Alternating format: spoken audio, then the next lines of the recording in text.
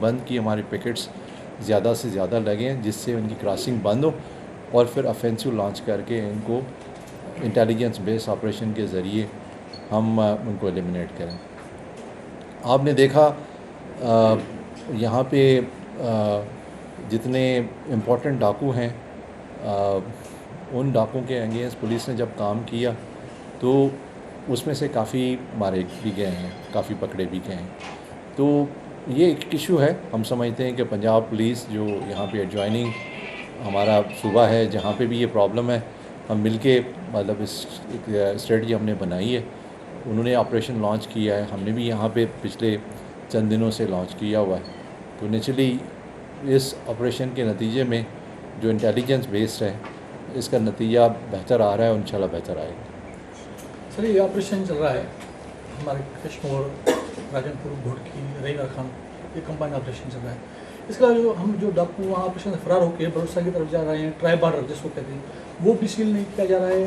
जितना सिंध है, पंजाब है, बलूचिस्तान का वो ट्राई बार्डर है। हमारे डाकू कच्चे से फरार होकर बलूचिस्तान जाते हैं, पंजाब जाते हैं, उसके लिए क्या स्ट्रेटजी बनाई है आपने? देखिए, इसमें ना जब मैंने बात की कि इंटेलिजेंस बेस्ड ऑपरेशन, तो इसमें बहुत सारी ऐसी हमारी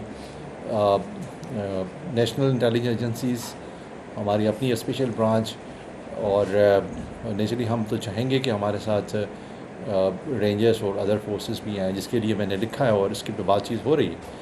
तो हम मिलके हम चाहते हैं कि इस पे काम हो और जहाँ पे भी हमें कोई इस तरह की इंटेलिजेंस मिलती है तो हम वहाँ जा रहे हैं।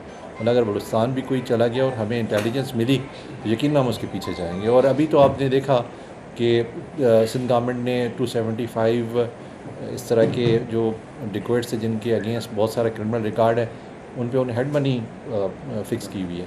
तो जब ये मतलब हेड मनी फ़िक्स की हुई है तो इसका मतलब ये है कि हम चाहते हैं कि उनको पकड़ें। तो जहाँ पे मिलेगा, जो भी इस पे इंफॉर्मेशन देगा, हम उसको, और हमने हेड मनी का कोशिश की है कि इसका मेकेनिज़्म आसान बनाए। पहले इस तरह था कि वो पैसे थोड़े होते थे, पैसे को डिस्पर्सन में टाइम लगता था। अभी हमने ये गवर्नमेंट को सजेशन दी है जो ऑलमोस्ट हो चुकी है कि उसके लिए अलग हेड ऑफ़ अकाउंट हो और उसमें उसका जो पैसे हैं वो जब कोई इस तरह की इन्फॉर्मेशन देता है या पुलिस ऑफिसर कोई इस तरह का काम करता है तो फ़ौरन उसकी डिस्बर्समेंट हो। तो ये मतलब इंशाल्लाह इस बजट में ये काम हो जाएगा। कश्मीर में था ख़ास करे कबायली झेड़न जे करे हिकु नाजाइज़ उहे माण्हू जेको मरनि था, जीअं ताज़ो हिकिड़ो पंहिंजो PhD करे जेको पढ़ी वियो आहे, ऐं वरी उन्हनि जे केस में हिकु इंस्पेक्टर पुलिस और सब इंस्पेक्टर जेको ड्यूटी करे पंहिंजो उनजो नालो अची वियो आहे। अहिड़े क़िस्म जा हिकिड़ा माण्हू नाहक बणनि था, ॿिया वरी को नाहक FIR में नाला अचनि था, उन्हनि जे लाइ कहिड़ा क़दम कया? ॾिसो, क़बाइली झगड़ा जेके आहिनि न, इहे सभ खां वॾी बीमारी जी जड़ आहे ऐं उनजे करे असलो बि अचे थो। उनजे करे हिकिड़ो आम माण्हू जेको अदरवाइज़ क्रिमिनल नाहे, क्रिमिनल थी थो वञे। त असांजी पूरी प्रायोरिटी आहे त क़बाइलियुनि झड़नि में पुलिस पंहिंजो प्रोएक्टिव रोल प्ले करे। ऐं मुंहिंजे पंहिंजे डिस्ट्रिक्ट SPs खे, DIGs खे इहो चयल आहे त जिते बि क़बाइली झगड़ा आहिनि उते तव्हां प्रोएक्टिवली रोल प्ले करियो। नेचुरली इहे जेके आहिनि से असांजो कमु त इहो आहे न त जेके उन में गुनहगार आहिनि उनखे पकड़ियूं। ऐं ज़ाहिर आहे हिते जेको सो क़बाइली झड़नि में जेको तस्वीर थिए थो, जेकॾहिं केरु करे थो त असांखे कोई में एतिराज़ु कोन्हे को, पर असां चाहींदासीं त मतिलबु इन जो जल्दी ख़ात्मो थिए त जीअं जेको आहे सो इहो असले जी आमद ऐं जेको इन क़िस्म जी लॉलेसनेस बिकॉज ऑफ ये ट्राइबल डिस्प्यूट थिए थो उहो मिनिमाइज़ थी सघे। हाँ, बाक़ी अलबत्ता को हिन में बेगुनाह माण्हू बेगुनाह माण्हू को नॉमिनेट थिए थो त यकीनन हुन में पुलिस जी इन्वेस्टिगेशन थींदी आहे। पुलिस FIR में नामज़द न हूंदो आहे ऐं जेकॾहिं माण्हू को रहिजी थो वञे त हुनखे बि चालान कंदी आहे। जेकॾहिं को माण्हू बेगुनाह आहे त हुनखे छॾे बि सघे थी, त उहो कोर्ट जी सवाबदी ते हूंदो। असां पंहिंजी इन्वेस्टिगेशन में हुनखे जेको सिधो कंदासीं। सर, ट्राइबल क्रैश में जो अजमल सावंत का कत्ल हुआ है उसमें पुलिस की पेशरफ्त क्या हुई है, और उसके अलावा जो अमन अमान की सूरत हाल है उनको बेहतर बनाने के लिए आज आपका कच्चे में जो विज़िट था, उस विज़िट का मकसद क्या था, और अब जो ऑपरेशन चल रहा है SSP इरफान अहमद समो की जानिब से, वो बहादुरी के साथ पुलिस के जवान जो हैं लड़ रहे हैं, पुलिस के जवान शहीद भी हुए हैं और कुछ जो डाकू हैं जो मुबैना तौर पर वो हलाक भी हुए हैं। तो आप क्या कहेंगे कि मज़ीद ऑपरेशन को तेज़ किया जाएगा या पुलिस के पास इतने रिसोर्सेज नहीं हैं कि वो ऑपरेशन को मज़ीद कामयाब कर सकें, और उसके अलावा वो अजमल सावंत के कत्ल की मुलज़मान की गिरफ़्तारी लिए कितना पेशरफ्त हुआ है? देखिए, पहले मैं अजमल साहब की केस के सिलसिले में बात करूँगा। इसमें पुलिस भरपूर एफ़र्ट कर रही है और FIR हो गई है। हमने उनकी फ़ैमिली को कोऑर्डिनेशन में रखा हुआ है। वो नेचुरली एक ऐसा मामला है जो फिर ट्राइबल डिस्प्यूट के रेफरेंस से आता है, लेकिन हम कोशिश कर रहे हैं कि इस केस में, क्योंकि वो पढ़ा लिखा आदमी था और उसको मतलब ट्राइबल डिस्प्यूट की वजह से कत्ल किया गया, तो हम चाहेंगे कि उसके मुलज़मान जल्द से जल्द पकड़े जाएँ। आप देखें, आए दिन पुलिस मतलब उनके अगेंस्ट रेड कर रही है, और मुझे यकीन है कि इसमें डिस्ट्रिक्ट पुलिस कश्मीर भरपूर एफ़र्ट जो कर रही है उससे मुलज़मान पकड़े जाएंगे। सेकेंडली, जो आपने बात की अमन अमान की, नेचुरली इस पे आज मेरी विज़िट भी उसी कॉन्टेक्स्ट में है कि मैं चाहूँगा कि यहाँ के जितनी भी पुलिस के मामलात हैं उनको बेहतर से बेहतर किया जाए, और मेरी लेवल पे, गवर्नमेंट लेवल पे अगर कोई इस तरह की इनके एंड पे कोई कमी पेशी है तो उसको मैं पूरा करूं। और मैं चाह रहा था कि फ्रंट लाइन पे जो मेरे जवान बैठे हैं उनसे जाके मैं मिलूं, तो अल्हम्दुलिल्लाह मेरी मुलाकात भी उनसे हुई, और इनके जो मामलात हैं उनको हम पॉजिटिवली देखेंगे। बहुत सारा हमने कोशिश की है, इस ज़िले को हमने पिछले 9 माह में काफ़ी सारे रिसोर्स दिए, मज़ीद रिसोर्स देंगे। मुझे आइडिया है कि यहाँ पे इसको रिसोर्स चाहिए, तो हम देंगे इंशाल्लाह रिसोर्स, और हम चाहेंगे कि पुलिस जी शिकायत ईंदे हथियार धाड़े जी भेट में घटि वठी ॾियनि, हाणे छा उहो काल पूरो थियो आहे?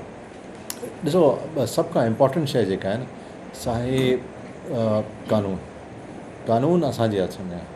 कानून जो जेको आहे उहो पुलिस ऑफिसर खे एग्जीक्यूट करिणो आहे, रिट पुलिस ऑफिसर खे एग्जीक्यूट करणी आहे। ठीकु आहे, चंद वेपन यकीनन मतिलबु अहिड़े क़िस्म जा आहिनि जेके पुलिस वटि न आहिनि ऐं उन वटि आहिनि, पर उन वेपन जे करे जेको इहो प्रिज़्यूम कयो वञे थो त शायदि उहो सुपीरियर न सुपीरियर कान्हे। कि तव्हां यकीन करियो कि जेको पुलिस हाणे एक्शन करे पई, जेकॾहिं कंटिन्यूस रहंदो, मूंखे पूरो यकीन आहे त मतिलबु इहे कि इहे धाड़ियल जेके आहिनि से कमज़ोर थींदा, ऐं मूंखे यकीन आहे त जेको आहे सो असां चाहियूं था त मतिलबु जेकॾहिं केरु कंहिंसां मतिलबु को पेश थियणु चाहे थो, को कानून जो सहारो वठणु चाहे थो, त मतिलबु असां चाहींदासीं कि कंहिंसां ज़्यादती न थिए, पर जेकॾहिं केरु विढ़णु चाहे थो त पुलिस इंशाअल्लाह पूरो भरपूर जवाबु ॾींदी। जो पुलिस का ऑपरेशन होता है सर, वहाँ पर एपीसी चैन और बंदूक बंदगाड़ी का ज़्यादा इस्तेमाल होता है, और उसी में जवान जो बहादुरी से लड़ते हैं और ज़्यादातर उसी में शहीद होते हैं। क्या इसके लिए कोई ऐसा बात नहीं किया गया कि अच्छी एपीसी चैन और बंदूक बंदगाड़ी खरीदी जाए जिससे नुकसान ना हो? आपने शायद एपीसीज़ को देखा नहीं है, थोड़ी सी हमने स्ट्रेटजी अपनी चेंज की है, वो मैं मीडिया के ज़रिए नहीं बताना चाहूँगा, लेकिन आपको एपीसीज़ अगर दिखाएं तो जितनी एपीसीज़ ने प्रोटेक्शन दी है पुलिस ऑफिसर को वो आपको आइडिया हो जाएगा उसको देख के। लेकिन ज़ाहिर है कभी कभी जब आप बहुत क्लोज़ जाते हैं तो नेचुरली उस क्लोज़ में जो थ्रस्ट होता है किसी बड़े वेपन का वो ज़्यादा होता है, तो उसमें थोड़ा सा नुकसान होता है। या हम कभी कोई गलती कर जाते हैं, मतलब उस जगह पे हमें बाहर नहीं आना चाहिए, बाहर निकलते हैं तो नेचुरली फिर वो टारगेट हो जाते हैं। तो हमने अपनी स्ट्रेटजी चेंज की है, जो मैं चाहूँगा कि यहाँ सिंध हुकूमत की जानिब से एक माह गुज़ारिश इहा आहे त जेका धाड़ेल आहिनि उन्हनि त पुलिस खां वधीक जदीद हथियार आहिनि। पुलिस जो पैकेट्स बि आहिनि ऐं पुलिस जा थाणा बि कचहरी एरिया में आहिनि, त पुलिस जेका धाड़ेल आहिनि उहे हथियार पहुचनि कीअं था, ऐं जेका तव्हांजे असांजे डिस्ट्रिक्ट कश्मीर जेका पुलिस आहे उन्हनि जो जेको मोबाइल्स आहिनि उहे बि मुंहिंजे ख्याल में खटारा लॻी पियूं आहिनि, उन्हनि मोबाइल जी बि ज़रूरत आहे। इन्हनि खे हिकु त उहे जेका हथियार पहुचंदा कीअं पहुचंदा, कुझु पुलिस एहकाम के खिलाफ SSP साहब एक्शन भी खिलाफ जिसमें हम सर्विस की ॾिसो, तव्हां मोबाइल जी ॻाल्हि कई, असां हाणे जेको आहे डिस्ट्रिक्ट पुलिस खे ॾिनो आहे, शायदि तव्हांखे इन्फॉर्मेशन न मिली आहे, हाणे ॾिनियूं आहिनि, मतिलबु पोइ हफ़्ते ॾिनियूं आहिनि। ऐं सेकेंडली हथियारनि जे रेफरेंस सां न तव्हां ॾिसो, असांजी जेका आहे सा ॾाढी जेका आहे सा जेका हथियारनि जी मार्केट आहे न उहा ॾाढी ओपन आहे। असांजा बॉर्डर्स जेके आहिनि से ॾाढा ओपन आहिनि, ऐं जंहिं वटि पैसो आहे उहो मतिलबु इन क़िस्म जी शयुनि खे अरेंज करे थो वञे। तव्हां त इहे हथियार ॾिठा आहिनि, पर तव्हां उहे हथियार बि शायदि ॾिठा हूंदा जेके पुलिस पकड़े थी, पुलिसनि खां वधीक पकड़े थी, जेके मतिलबु अदरवाइज़ शायदि उहे क्रिमिनल यूज़ करे आम माण्हू खे नुक़सानु पहुचाए सघनि था। त मतिलबु इहो कॉम्बिनेशन हले थो, पुलिस पंहिंजो एफर्ट करे थी। हाँ, उहे हथियार जेके उन वटि पहुची था वञनि, नेचुरली उहो असांखे नुक़सानु, सभ खां वॾो नुक़सानु त पुलिस फाइट करे थी उन खे थिए थो।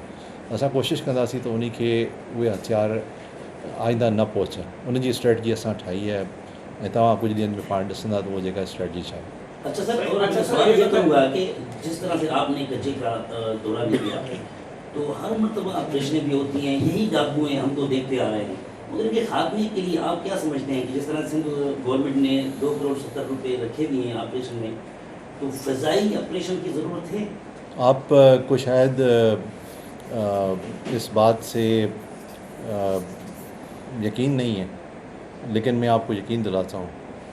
और आप जाके हैदराबाद को देख लें, आप जाके मटियारी को देख लें, आप जाके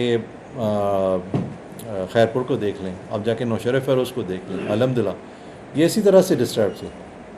आज अल्हम्दुलिल्लाह वहाँ पे इस तरह की एक्टिविटी नहीं है, बल्कि इससे ज़्यादा डिस्टर्ब थे, क्योंकि मैंने तो इन डिस्ट्रिक्ट्स में नौकरी की है। तो आज अल्हम्दुलिल्लाह वो डिस्ट्रिक्ट पीसफुल है। तो ये किसने काम किया? पुलिस ने काम किया। तो मुझे यहाँ पे भी यकीन है इंशाल्लाह, मतलब ये कि ये जो इशू है, ये इशू दिन ब दिन मिनिमाइज़ होगा। लेकिन एक चीज़ मैं आपको बताऊँ, जो मैंने पहले शुरू में कहा कि देखें, अगर हम क्राइम को मैनेज करना चाहें ना, तो मैं SP ऐसे रखता, गवर्नमेंट को कहता कि भाई आप ऐसे रखो जो उनसे मिले हुए हों, आपस में मिल के ये काम को चलाएं, और SHOs हम ऐसे रखते जो मिल के काम चलाते, तो फिर चीज़ें ठीक होती। मतलब ये कि उस तरह से नहीं होती। वो कैंसर है, वो कैंसर ना, छोटा डाकू दूसरे को देख के कि ये पुलिस वाला भी सलाम करता है, तो वो कैंसर फैलता जाता है। तो हम उस कैंसर में नहीं जाते। हम चाहते हैं कि भाई बेशक वो हमें चैलेंज करें, रोड पे आएँ, हम उसको जवाब देंगे। तो मेरी तो आवाम को अपील है, मीडिया को अपील है कि हमारा साथ दें, हम मिल के काम करें। ये एक ऐसा कैंसर है जो इन डिस्ट्रिक्ट्स में ख़त्म हुआ है, तो यहाँ पे भी ख़त्म होना चाहिए। सहाफ़ती तजर्बे जे अरसे में असां 2 SSPs ॾिठासीं, हिकिड़ो अब्दुल साहब, ॿियो इरफान साहब। ऐं इन असांजे डिस्ट्रिक्ट जे अंदरि जन ऑफिसरनि खे विहारे करे उहे ज़ालिम जेके मिटियूं विझंदा मुंहुं में, उन्हनि जा प्लान असांजे हिननि ऑफिसरनि जे टाइम में उहे पूरा थिया। असां उनखे एप्रिशिएट था कयूं। बुनियादी ॻाल्हि इहा आहे त असांजे डिस्ट्रिक्ट में जेके 70-70, 80-80, 100-100 खून थियनि था, जेके क़बीलाई झगड़ा थियनि था ऐं उन्हनि जा जिरगा थियनि था। कॾहिं बि असां इहो न ॾिठो आहे त सिंध हुकूमत उन्हनि जो असलो डिटेक्ट करे या पंहिंजी उन में तहवील में वठे। हिकु त इहो सवाल वॾो आहे।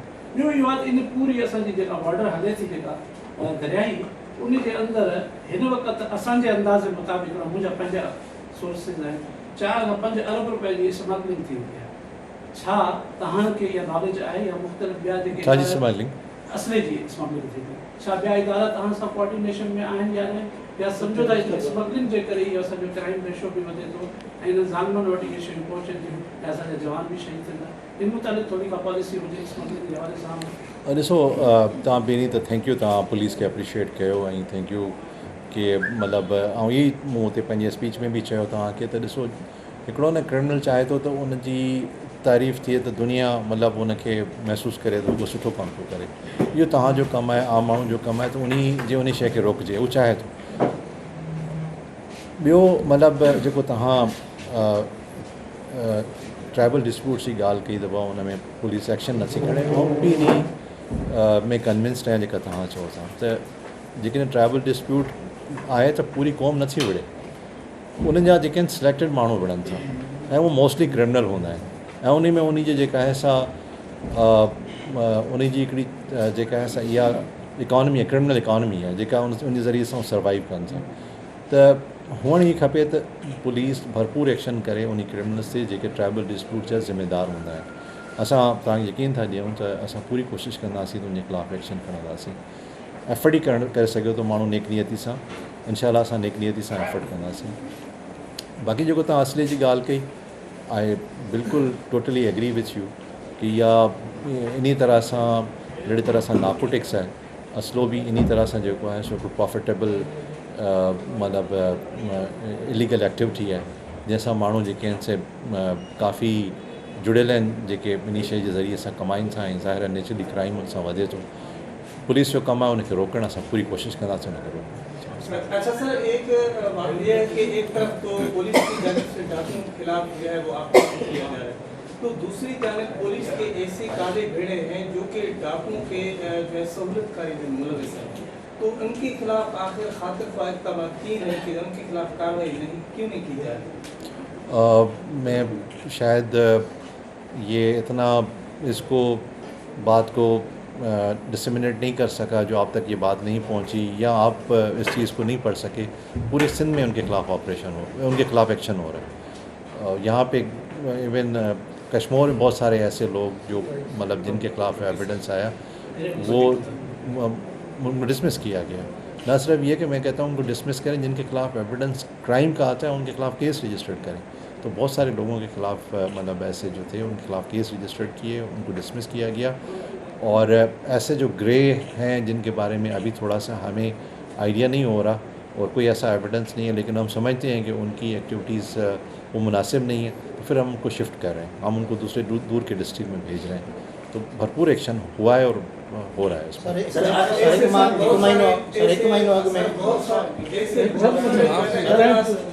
किए गए हैं, ऐसे बहुत सारे इजलास पहले भी मुनक़िद किए गए।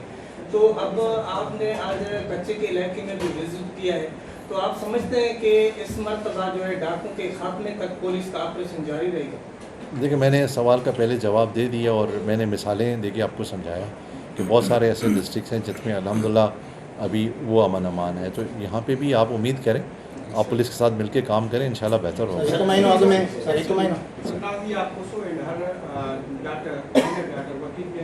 from the limits of Singapore, despite the passage of 1.5 month, they are still in the cultures of the kidnappers. Actually, I know there are total number of 15 or to 16 are still in the cultures of the kidnappers. What do you say in this regard? तव्हां पहिरीं जेका ॻाल्हि कई त कंहिं छोकिरी अॻवा थी आहे, उहो मतिलबु यस, उहो हिते हिन कश्मीर में अनफॉर्चुनेटली ॿारनि जी अगवा जो जेको आहे सो थोरो कुझु अहिड़ा इंसिडेंट थिया आहिनि। दिस वेरी अनफॉर्चुनेट कि अहिड़े क़िस्म जा माण्हू बि आहिनि जेके नंढनि ॿारनि खे अगवा कनि था ऐं उन ते जेको आहे सो उहो पैसा कमाइनि था। तव्हां ॾिठो हूंदो त काफ़ी सारा अहिड़ा केसिस जेके पुलिस ट्रेस कया, ॿार रिकवर कया ऐं उन जे जवाबदारनि खे पकड़ियो आहे। अल्हम्दुलिल्लाह हिन केस में बि काफ़ी मूंखे एसपी ॿुधायो आहे त प्रोग्रेस आहे ऐं इंशाल्लाह असां पूरी कोशिशि कंदासीं त हिन में रिकवरी थिए। हिकु महीनो अॻु में सिंध हुकूमत तरफ़ां जेको आहे त मिलिट्री ग्रेड असले जी ख़रीदारी लाइ 2 अरब 70 करोड़ रुपया जेके आहे फंड्स जारी करण जी मंज़ूरी ॾिनी।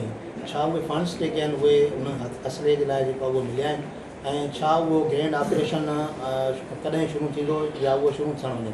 ॾिसो, तव्हां उन एरिया सां तालुक़ु रखो था जेको प्रॉपर माण्हुनि खे गाइड करे सघे थो, ॿुधाए सघे थो। तव्हांजो मीडिया सां तालुक़ु आहे। हीउ जेको टेरन आहे जंहिंमें ऑपरेशन जी तव्हां ॻाल्हि करियो था, हिते हमेशह ऑपरेशन उहो थींदो आहे जेको इंटेलिजेंस बेस्ड हूंदो आहे।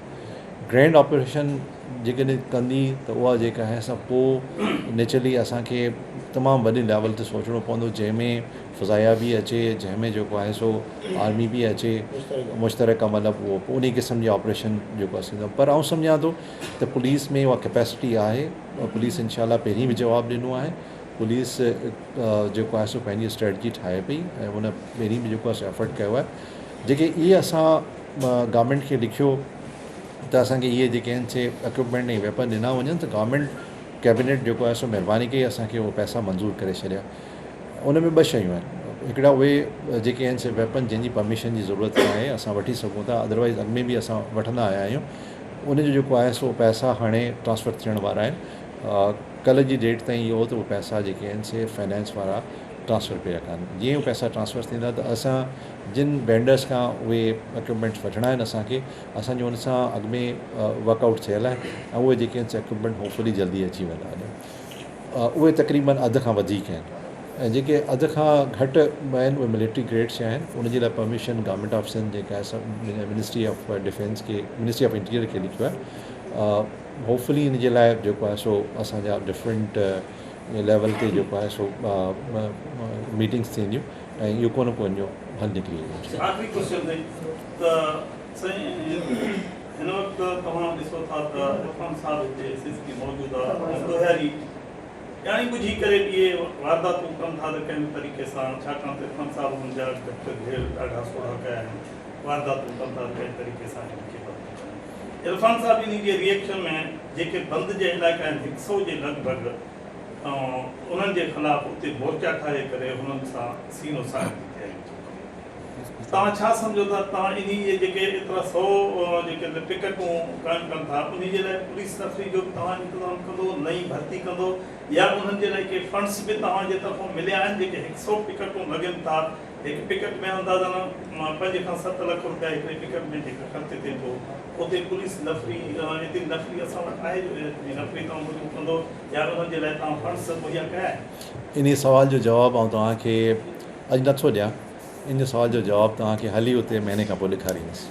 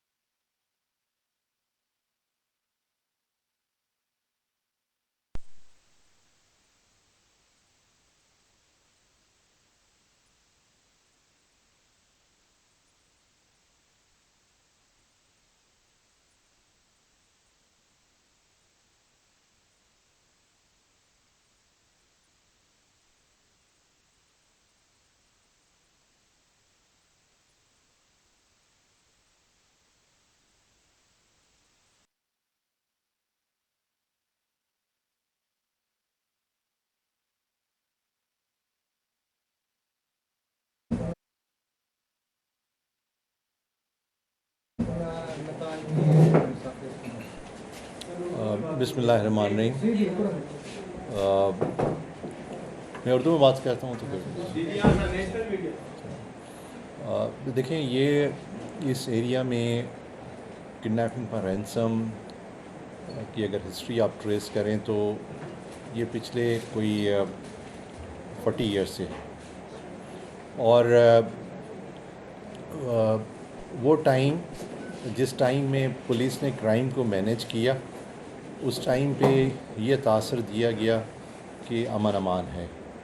जब पुलिस ने चैलेंज किया तो नेचुरली फिर उस चैलेंज के बदले में रिएक्शन आता है और उसमें ये फिर तासर जुड़ता है कि शायद अमन अमान पहले के निस्बत ख़राब हो गया।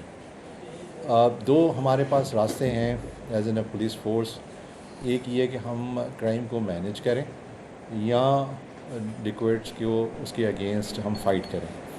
अल्हम्दुलिल्लाह मेरी फोर्स जिसने ये प्रेफर किया कि हम फ़ाइट करेंगे और नेचुरली हम फ़ाइट तभी कर सकते हैं जब यहाँ की आवाम हमारा साथ देगी और उसने साथ दिया हमारा।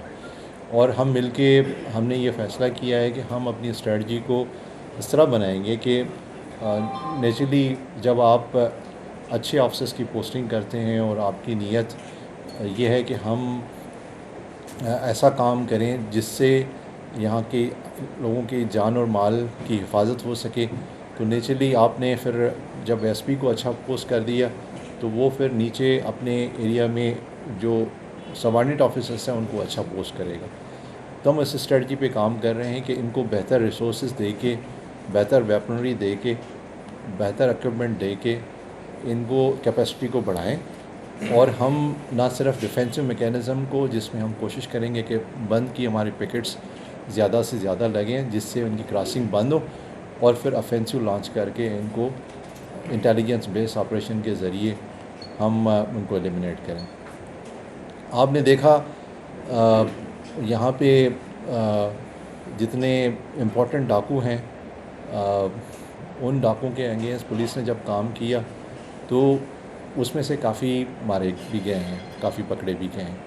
तो ये एक इशू है। हम समझते हैं कि पंजाब पुलिस जो यहाँ पे एडजॉइनिंग हमारा सूबा है, जहाँ पे भी ये प्रॉब्लम है, हम मिलके मतलब इस स्ट्रेटजी हमने बनाई है। उन्होंने ऑपरेशन लॉन्च किया है, हमने भी यहाँ पे पिछले चंद दिनों से लॉन्च किया हुआ है। तो नेचुरली इस ऑपरेशन के नतीजे में जो इंटेलिजेंस बेस्ड है, इसका नतीजा बेहतर आ रहा है और इंशाल्लाह बेहतर आएगा। सर, ये ऑपरेशन चल रहा है हमारे कश्मीर, राजनपुर, घोटकी, रईना खान, ये कंबाइन ऑपरेशन चल रहा है। इसका जो डाकू वहाँ ऑपरेशन से फरार होकर बलूचिस्तान की तरफ जा रहे हैं, ट्राई बॉर्डर जिसको कहते हैं, वो भी सील नहीं किया जा रहा है। जो सिंध है, पंजाब और बलूचिस्तान का वो ट्राई बॉर्डर है। हमारे डाकू कच्चे से फरार होकर बलूचिस्तान जाते हैं, पंजाब जाते हैं, उसके लिए क्या स्ट्रेटजी बनाई है आपने? देखिए, इसमें ना जब मैंने बात की कि इंटेलिजेंस बेस्ड ऑपरेशन, तो इसमें बहुत सारी ऐसी हमारी नेशनल इंटेलिजेंस एजेंसीज़, हमारी अपनी स्पेशल ब्रांच, और नेचुरली हम तो चाहेंगे कि हमारे साथ रेंजर्स और अदर फोर्सेस भी आएँ, जिसके लिए मैंने लिखा है और इसकी पे बातचीत हो रही है। तो हम मिलके हम चाहते हैं कि इस पे काम हो, और जहाँ पे भी हमें कोई इस तरह की इंटेलिजेंस मिलती है तो हम वहाँ जा रहे हैं। मतलब अगर बलूचिस्तान भी कोई चला गया और हमें इंटेलिजेंस मिली तो यकीन हम उसके पीछे जाएंगे। और अभी तो आपने देखा कि सिंध गवर्नमेंट ने 275 इस तरह के जो डिक्वेट्स हैं जिनके अगेंस्ट बहुत सारा क्रिमिनल रिकॉर्ड है, उन पे उन्हें हेड मनी फ़िक्स की हुई है। तो जब ये मतलब हेड मनी फ़िक्स की हुई है तो इसका मतलब ये है कि हम चाहते हैं कि उनको पकड़ें। तो जहाँ पे मिलेगा, जो भी इस पर इंफॉर्मेशन देगा, हम उसको, और हमने हेड मनी का कोशिश की है कि इसका मैकेनिज़्म आसान बनाए। पहले इस तरह था कि वो पैसे थोड़े होते थे, पैसे को डिस्पर्सन में टाइम लगता था। अभी हमने ये गवर्नमेंट को सजेशन दी है, जो ऑलमोस्ट हो चुकी है, कि उसके लिए अलग हेड ऑफ़ अकाउंट हो, और उसमें उसका जो पैसे हैं वो जब कोई इस तरह की इंफॉर्मेशन देता है या पुलिस ऑफिसर कोई इस तरह का काम करता है तो फ़ौरन उसकी डिस्बर्समेंट हो।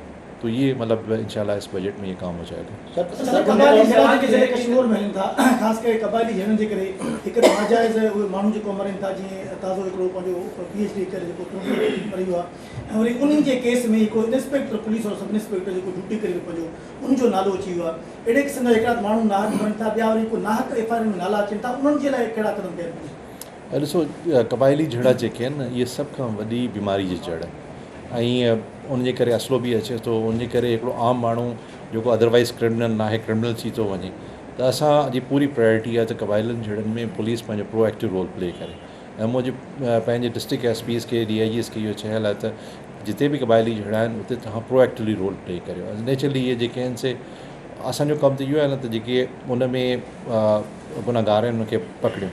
ऐं ज़ाहिर आहे हिते जेको सो क़बाइली झड़नि में जेको तस्वीर थिए थो, जेकॾहिं केरु करे थो त असांखे कोई में एतिराज़ु कोन्हे को, पर असां चाहींदासीं त मतिलबु इन जो जल्दी ख़ात्मो थिए, त जीअं जेको आहे सो इहो असले जी आमद ऐं जेको इन क़िस्म जी lawlessness because of tribal dispute थिए थो उहो मिनिमाइज़ थी सघे।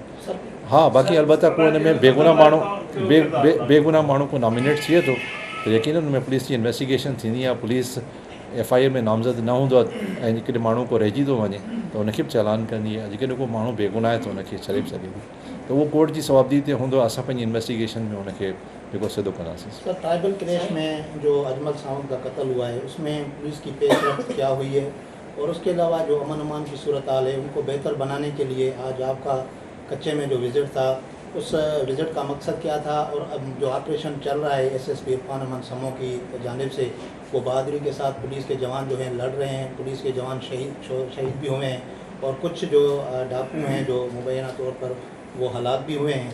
तो आप क्या कहेंगे कि मज़ीद ऑपरेशन को तेज़ किया जाएगा या पुलिस के पास इतने रिसोर्सेज नहीं हैं कि वो ऑपरेशन को मज़ीद कामयाब कर सकें? और उसके अलावा वो अजमल सावंत के कत्ल की मुलज़मान की गिरफ़्तारी लिए कितना पेशरफ्त हुआ है? देखिए, पहले मैं अजमल साहब की केस के सिलसिले में बात करूँगा। इसमें पुलिस भरपूर एफ़र्ट कर रही है और FIR हो गई है। हमने उनकी फैमिली को कोऑर्डिनेशन में रखा हुआ है। वो नेचुरली एक ऐसा मामला है जो फिर ट्राइबल डिस्प्यूट के रेफरेंस से आता है, लेकिन हम कोशिश कर रहे हैं कि इस केस में, क्योंकि वो पढ़ा लिखा आदमी था और उसको मतलब ट्राइबल डिस्प्यूट की वजह से कत्ल किया गया, तो हम चाहेंगे कि उसके मुलज़मान जल्द से जल्द पकड़े जाएँ। अब आप देखें, आए दिन पुलिस मतलब उनके अगेंस्ट रेड कर रही है और मुझे यकीन है कि इसमें डिस्ट्रिक्ट पुलिस कश्मीर भरपूर एफ़र्ट जो कर रही है उससे मुलज़मान पकड़े जाएंगे। सेकेंडली, जो आपने बात की अमन अमान की, नेचुरली इस पे आज मेरी विज़िट भी उसी कॉन्टेक्स्ट में है कि मैं चाहूँगा कि यहाँ के जितनी भी पुलिस के मामलात हैं उनको बेहतर से बेहतर किया जाए और मेरी लेवल पे, गवर्नमेंट लेवल पे